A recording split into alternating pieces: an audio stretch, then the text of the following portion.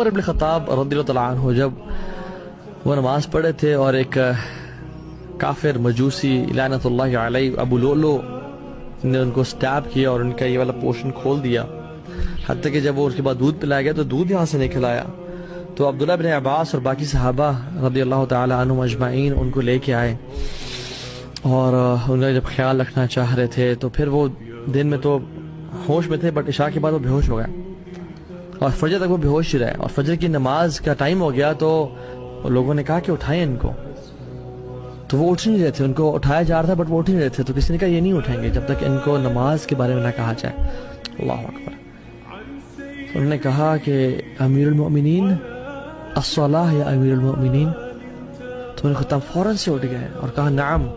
لا حظ فی الاسلام لمن ترک الصلاۃ یا اللہ، کہتے ہاں اسلام میں اس